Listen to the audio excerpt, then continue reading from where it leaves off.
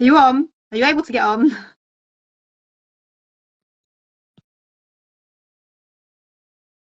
Well, hey, has that worked?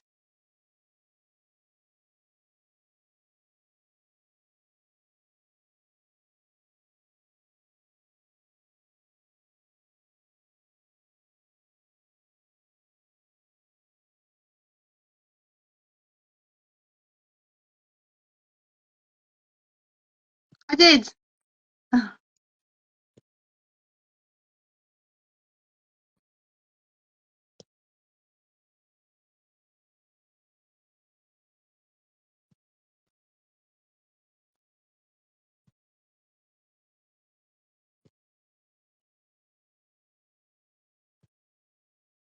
Oh, it says you can't join. Mm.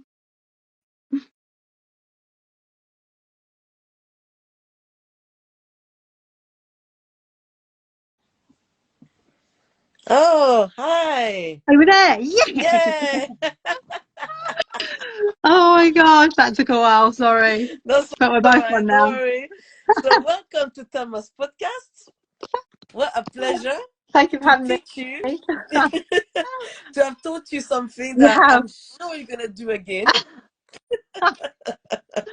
I know it's annoying, Oh, but you are honestly going to thank me one day. You'll be like, oh, lives. Yes, I yes, will yes. thank you now. Amazing. Thank you.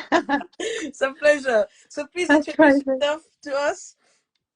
Hello, my name's Tem. I have a podcast called Helping Teachers Thrive, and I provide weekly insights and advice to training teachers, early career teachers, and anyone really, any teachers that need support in becoming outstanding teachers. And I've been teaching for 15 years.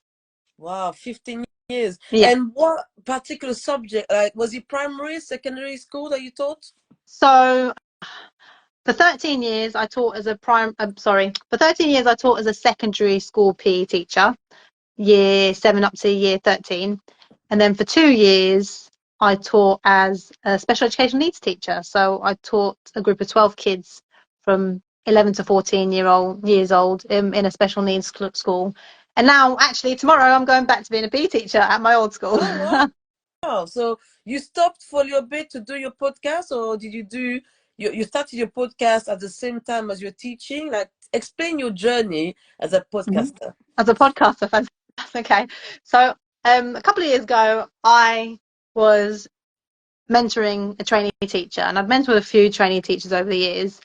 And I thought I'd like to do it more worldwide. I'd like to help more teachers out there because there's a lot of teachers are struggling, and it's not easy teaching in the UK, and especially even America. There are teachers leaving the profession. A lot of them leaving the profession now. So I thought I'd like to mentor as many teachers as possible and help as many people as possible worldwide if I can. So that's why I started my podcast, but I did it while I was teaching. Mm. So everything I'm preaching, I'm doing myself. I'm Yeah, using myself in classrooms. So yeah, that's where it really started about over a year ago now, April 2023, and while I was teaching at the same time. So yeah, I've been doing it alongside my teaching career. that's nice. And have you always wanted to be a teacher? Yes, I never wanted to leave school. I love school. I love the holidays, Mm, um, but me too. I also love playing sport, and I wanted to play sport forever, and I was never going to be an athlete or anything like that because I didn't start young enough. So I thought actually I quite like helping people. So yeah, I started at school really. I set up my own football club at lunchtimes and started from there, and did a gap year where I taught in two schools, and then went to university to get my sports science degree and then my teaching degree. Good. So when you started to teach, what challenges did you find really hard to come by sometimes? Oh gosh, 15 years ago. Behavior was still quite bad back then, from what I remember. But I think the thing that I found the hardest was the fact that I was so young, and the kids I was teaching weren't that much younger than me. So Mm. I was 22, 23, and I was teaching 16-year-olds, 15, 16, 17-year-olds. So that sometimes I struggled with the respect aspect from Mm. them because I was still quite young and I looked young anyway. Even though I was 22, 23, people thought I was 17, 18 myself. So Mm. yeah, that was quite difficult. I think I found the behavior difficult, but that was the most difficult. Just trying to get the respect from teenage kids. when I didn't look much older than them back then. So the behavior was an issue back then for you. And did you use that, to fill your podcasts? I feel like when I listen to what you do, Mm. I feel like it comes from a place of, okay, I've gone through that, and I'm gonna help you how to go through that. I don't know. I like what you do for teachers. It really is helpful. We need millions of you. All Thanks, Telma. teachers need one person, one go-to person, because I love to listen to what you do. So Thank all of you. this, no, no problem. So all of these things that you talk about in your podcast, this is really based on your own experience, right? Yes, so a lot of the things I talk about is from my own experience of what I've dealt with kids. So I've had, like a few years ago, for example, I had a tutor group of year 12 students. So they were 16, 17 years old, and they hated the fact that I was not, I wouldn't say I was strict, but I stuck to the rules, and I didn't allow coats in my classroom, earphones, phones, anything like that, and they hated me for it. They didn't like me because everyone else around the school were letting them go into lessons, put their earpods in, earphones in, put their coats on. They saw me as the enemy. Mm, So that was, yeah, trying to build a positive relationship with them was quite hard. I got through it eventually. yeah, That's what I'm trying to help other people do. So I'm trying to help other teachers understand that it's okay to be strict as long as you're fair and you're consistent yeah, and you're also empathetic and you're a listener and you listen to the kids and you listen to their grievances and what they're struggling with and what they're angry with, and just try and come up with a solution together. So yeah, everything that I talk about on my podcast, I think things that I've been through and I've done myself, or things that I've seen other people do and taken from other people and copied them and done it the way that they've done things as well. So yeah, it's not just my experiences, but mostly my experiences, I'd say. yeah. And now, as you know, after 15 years, do you find teaching a bit easier, or you still find it still a bit tricky? How do you find it? Question. Oh, I think it's easier. I find it easier to deal with behaviour now than I did how many years ago, because I know my expectations. I make sure my students know expectations. I know my classroom routines. I instill them regardless, every lesson, every day, especially after holidays, because when kids come back after holidays, it can go a bit out the window. But the workload has gotten harder. I'm not going to lie, it is harder. It's increased for sure. A lot. I probably do more work for my school now than I did 5, 10 years ago. I think ever since lockdown, ever since the pandemic happened, it's just things have gotten harder. It has. But I stop myself when I need to. So I know when to prioritize myself and my family and put my schoolwork aside. So I think I've got understanding of that has gotten a little bit better. So I can put my own well-being first a bit more. But no, the workload has definitely gone worse, unfortunately. Yeah, I have to say, as a teacher myself, I Mm. like my students, even those I don't teach. I like that relationship. I'm still learning some ECT2 at the moment. So I'm still learning key things to hopefully make me, a successful, when I finish this ECT course and everything. But to be honest, the workload, I think that's why a lot of teachers are leaving. I mean, what do you think? Well, what do you think there's a lot of teachers leaving the profession? It's not just the workload, it's all the unpaid overtime. You're expected to be in at 7:30. You can't leave until a certain time. You can't leave before 4. Some people, they have to stay overtime quite a lot. It's not having time to get your stuff done. It's not actually giving us time to be in our classrooms and set things up for the day, or having training days, inset days where you're just sat in meeting after meeting after meeting and you're not taking anything in, and you need that time to prepare for the next day when the kids come in. So Mm. they're leaving because of the poor pay, because of not being paid the hours they deserve to be paid for, doing all the extra workload that's piled on top of them, as well as schools not putting teachers' well-being first, not doing things for the teachers and giving them the time that they need. Sometimes, like, it may be if a teacher needs time off for whatever reason, because they're not feeling well or they want to support their family, or maybe they've got something that they would like. For example, if they're doing podcasting, maybe they want to do a podcasting course, they want to go off and do that for a day or two. The schools, sometimes they don't allow that.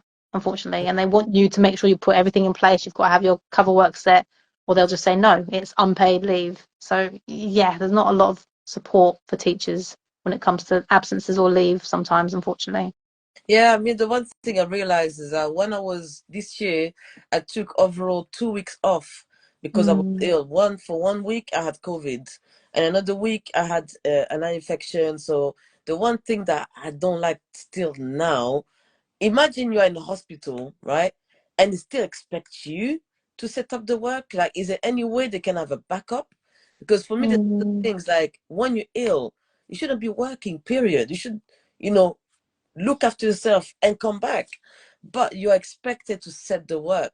That's the one thing that I don't like about it. It's like you don't have a time to actually get yourself back up. And, like if you work in a shop and you're ill, they carry on without you until you come back. Mm. But teaching, it's not like that.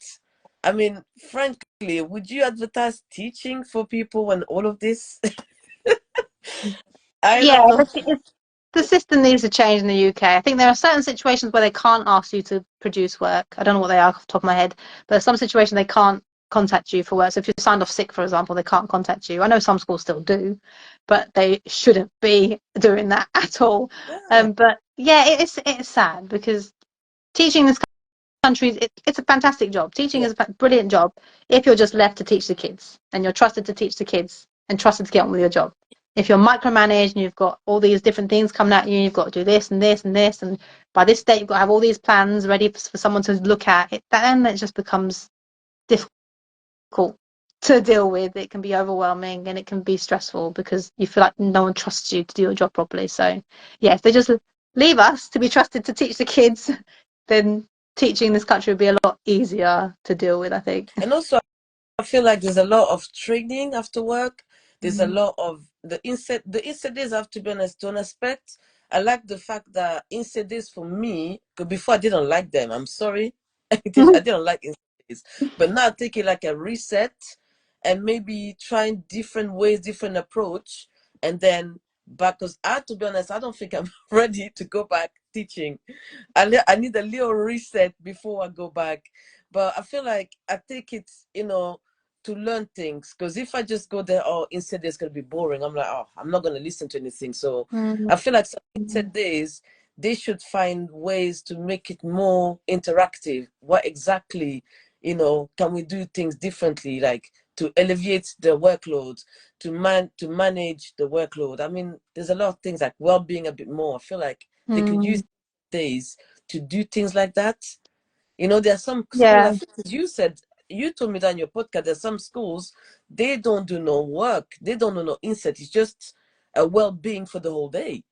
I think we Well, should. they have, so I think it's every member of staff has a well-being day for the year, or is it for the term? I can't remember. But there are some schools that allow their member of staff to go off for the day to do whatever they want. So they don't have to be in school teaching. So not the inset days, but every member of staff has a day. I think it's every term. I'm not sure, Mm, but they go off and they can just do their own thing, recharge their batteries. It's just their day off basically that they can have, which is lovely. I mean, my school does something called the flex lesson. So every teacher has a flex lesson either in the morning or in the afternoon. It's one flex lesson a week. And that is for that teacher. They can either come in school normal time or stay for the whole day. Like if it's in the morning, if you want to come in at 10, as long as you're in before the first lesson, that's fine. mhm, Because it's just a way to give us teachers a bit of freedom to go off site and work if we wanted to. mm. But it's also if we have any dentist appointments or doctor's appointment, we can book it in that time. So we'd have to worry about being stressed and trying to get leave of absence. So yeah, some schools do flex lessons, some schools do whole days where teachers can have their day at some point in the year to just recharge their batteries. But no, you're right, inset days, I mean, schools have to cover a lot, I get that. But an inset day should include Reset. some sort of well-being for teachers, some sort of like, come on, let's just get to know each other. How was your half term? Like, let's talk and just have a cup of tea, have breakfast together, paid for by the school. And Yeah. just to get to know each other. And there should also in an inset day should also be a way to help teachers get back into the swing of things. So you should have certain times in inset day where you come together and you talk about different strategies you could use. You talk about this worked really well for me, let's all try this, or there might be a new behavior system or something I mean, we do lining up. So why is it important to line the kids up? When do we line them up? What do we have to do in those situations? So it's, yeah, Insight Days should be a way to tell teachers things that they can do to help them improve that term, whether it's their well-being or strategies that they can use just to help them make things easier. Yeah. I have to say sometimes when I'm at work, I'm dreading not the teaching, but the workload. That's the thing, you know, the spreadsheet, the data, the progress, this. It's like it never ends. And people think when we have holidays, oh, we are jetting up to the sunset. No, No. during the holidays, I was checking my emails. I was also checking, you know, because I've set some homework because I had to. I'm like, oh, can we just have a break from everything? So me, I decided 1 day per week, Saturday, I don't do no work. I don't do no work regarding to school. It's me and my children. Obviously, That's good. for me, podcast is more, it's something that I enjoy doing. And you know, the funny thing is your podcast is for helping teachers. Me is to help teenagers to think about the future, to think about the things they want to do, because a lot of them, they are worried about not passing the GCSEs and they feel like, oh, my life is over. But I keep on telling them there's more to life than GCSE. You're going to stress for, imagine you have your grade 9 in English, science, whatever, and you end up even working in that field.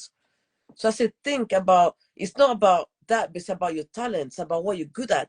It's also dedication, commitment. Those are the things that you need to worry about, not about stressing about GCSEs. And then I have a mental breakdown because so many of them, I see them stress. I'm like, guys, it doesn't have to be this way.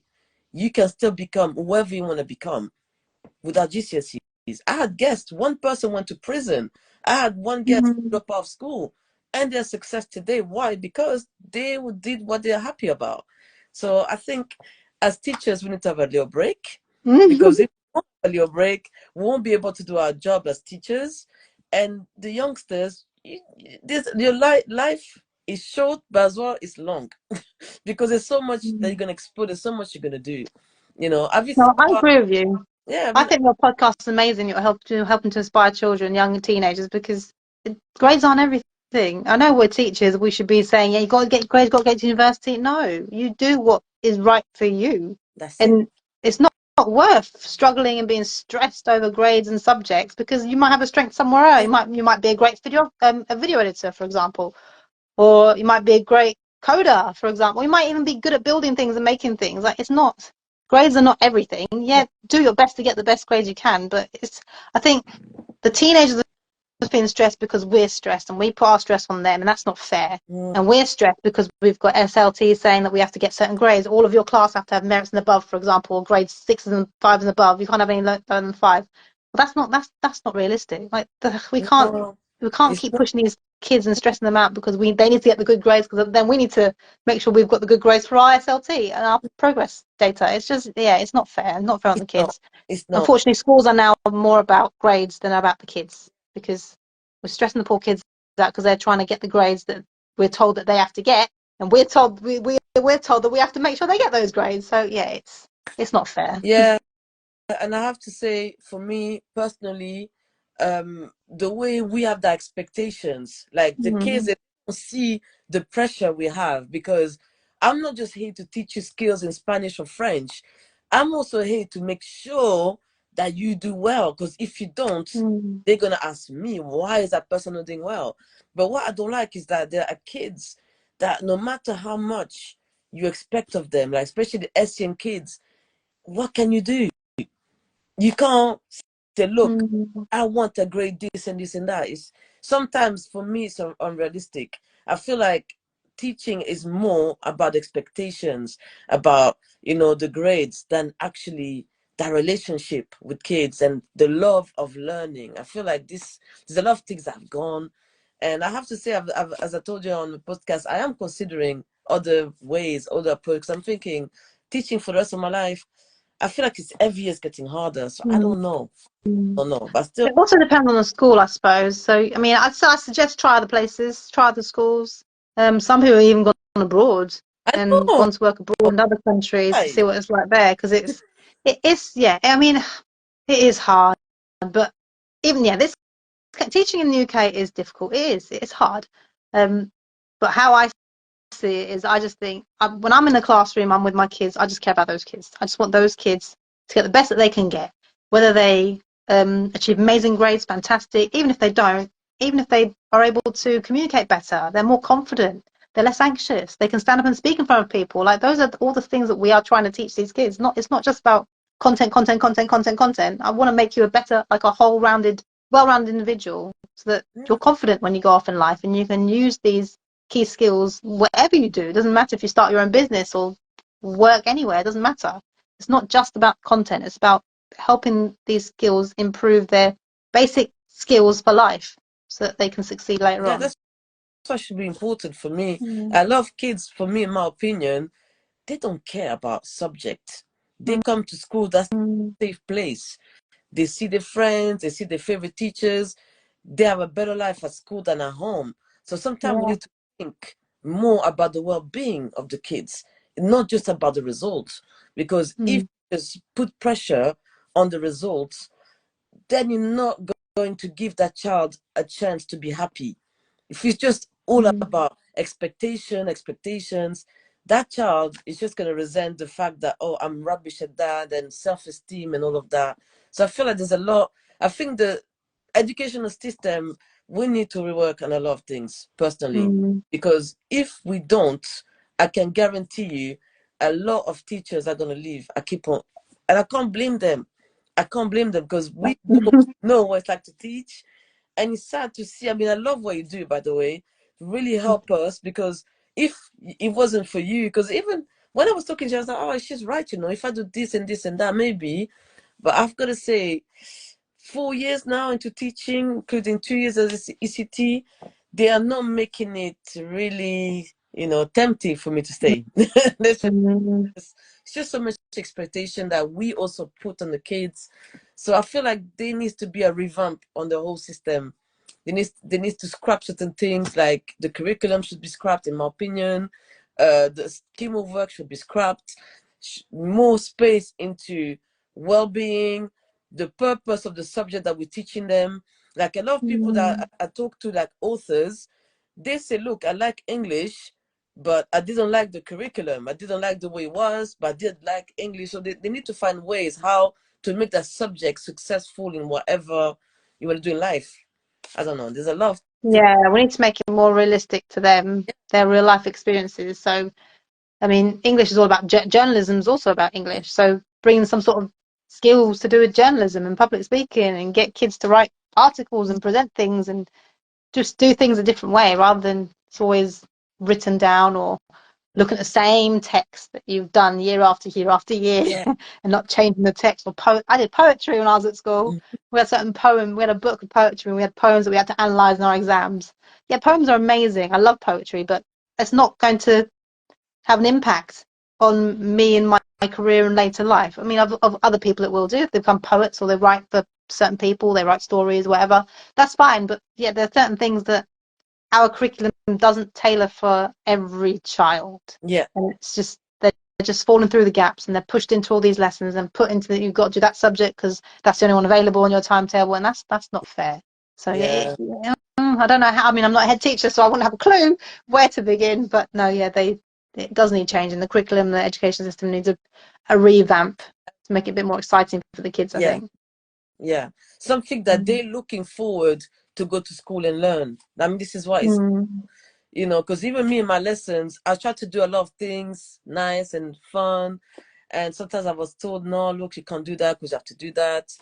I have to ask permission to do certain things. So it's a bit, you're like, God. Oh, wow.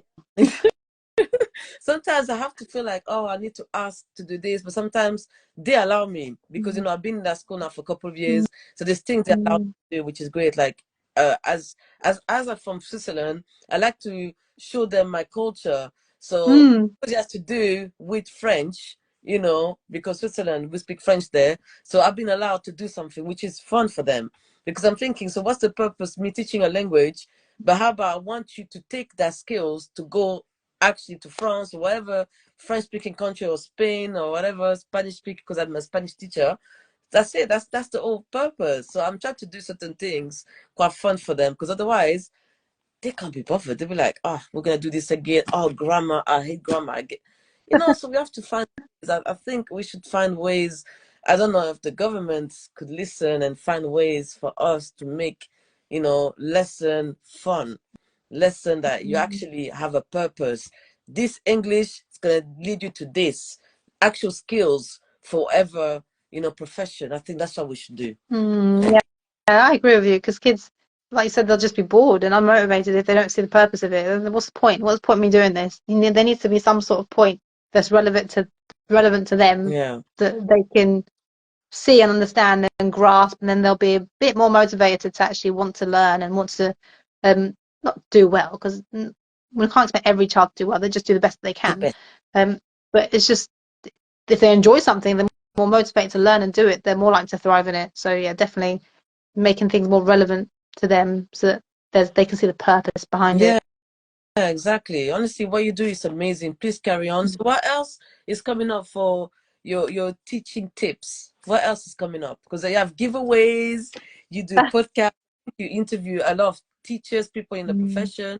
So what else are you planning for us? Well, I've got an episode coming out soon with a lady who's a primary school teacher, but she's also a career mentor. So she helps people with their personal statements, with their job applications, with their interviews, and basically coaches them through it and has resources for them to make sure that increase their chance of getting the job. So yeah, she's helped over 300 people doing that. She's really, really good at it. She did it herself in lockdown, kept getting rejected from job after job after job, found out what worked, did that, got her job, and now she's just trying to share it with everybody else. So that's coming out soon. I've got a few guest episodes coming out in the next couple of weeks. I know you're on one of them, aren't you? Yes, you are.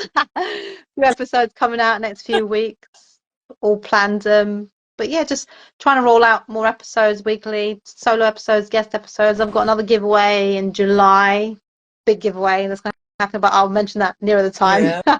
Just for summer holidays. And I've also got my membership site. I've got a membership site called Mastering Teaching, where I've got more videos, more sort of deep dive videos on different strategies, to help teachers. So my podcasts are sort of like short snippets, but I've got more deep dive, sort of longer video content on my membership site. Oh wow. I love because what you do really motivates us a bit more. It really does. Like you make us feel like we're making a difference. You are. I love 100%. Every teacher's making a difference. Yeah. You might not see it, especially when SLT are on your back constantly, and you just feel like, sometimes I feel like I'm an imposter. I do. I feel like an imposter as well sometimes. But I remind myself that we are making a difference. Even just smiling at a kid down the corridor, saying hello, asking how they are, that just changes their whole demeanor. It makes them think, well, someone cares about me. So that's even that small difference is still quite big. Yeah, that's very nice. Honestly, you don't stop. I'm sure you have a lot more guests coming your way. I mean, there's so many teachers out there, so many people doing the different things. I even see on Instagram, some of them, they do like how-to videos about some of the lessons, and honestly, I hope you can talk to those people. They also, I think there's one person I would love you to talk to. She is the youngest head teacher, I think, in East London. Try and contact her. She's only 26. And she became, wow. and I was like, hang on, what is going on here? You're 26, you're a head teacher, like what? And I read some of it, and she said she was so like into the being there for older kids, not just for the one she teaches. And she took on the role, and they trusted her with that role. But she's actually doing very well. That's I mean, you're really good. at that age. I was going. Yeah. I was. Listen, I wasn't responsible at all. I don't think I could be teacher, let alone a head teacher. So I'm sure you're gonna find lovely guests, and I'm sure you will. There's so many people out there that want to share the experience, what works, and also some of the challenges, some of things that is good to discuss as well. That day everything can be heard and say, look, we need to change certain things in the system. So please keep up the excellent work. I'm a big fan, I hope. And the last, question I'm going to ask you. So, what is the main tip that you want to give to young people that one day want to teach? Oh, main tip. A few tips. Oh, that's hard. Actually, the main tip is for young people as well. It's not just for teachers. I'd say is never give up. Just keep trying. trying. You might keep doing something over and over again. You think this is not working. It doesn't mean you give up. It just means you've got to find a different way, find a different strategy, ask for help, collaborate with your head department, from colleagues, from friends, but never ever give up. Because if it's something that you want to do, and it's something that if you see a purpose in it, and something that's going to make a difference to people, difference to kids' lives, then it's not worth giving up. It will happen one day. It's just about keep going at it. Don't take anything personally, because with observations we can do that sometimes, especially if you're new to teaching. Sometimes you can take observation feedback to heart and to take it personally, but don't take it personally, because anything can be changed, anything can be improved on. And let's be honest, it's subjective. One observer might say one thing, someone else will say something completely different. Unfortunately, that's how it is. So it's subjective. So don't take anything personally and never give up. That's what I'd say. I love it. I love people say the same thing, like you never give up, because it's Mm. so easy to give up. So thank you very much for what you're doing. And please, last favor, when you share the Mm-hmm. video, tag me at the top as a contributor thing, so that I can have that video too. I But will. obviously, Thank you, Telma. I hope you're gonna do more lives, and I'll I be think happy. I think I might. Yeah, it's actually We'll cool. see. But thank you. It's been great. Thank you for having me. Thank you. Yeah, I'll speak to you soon. Yeah, have a nice Thanks. day. Bye.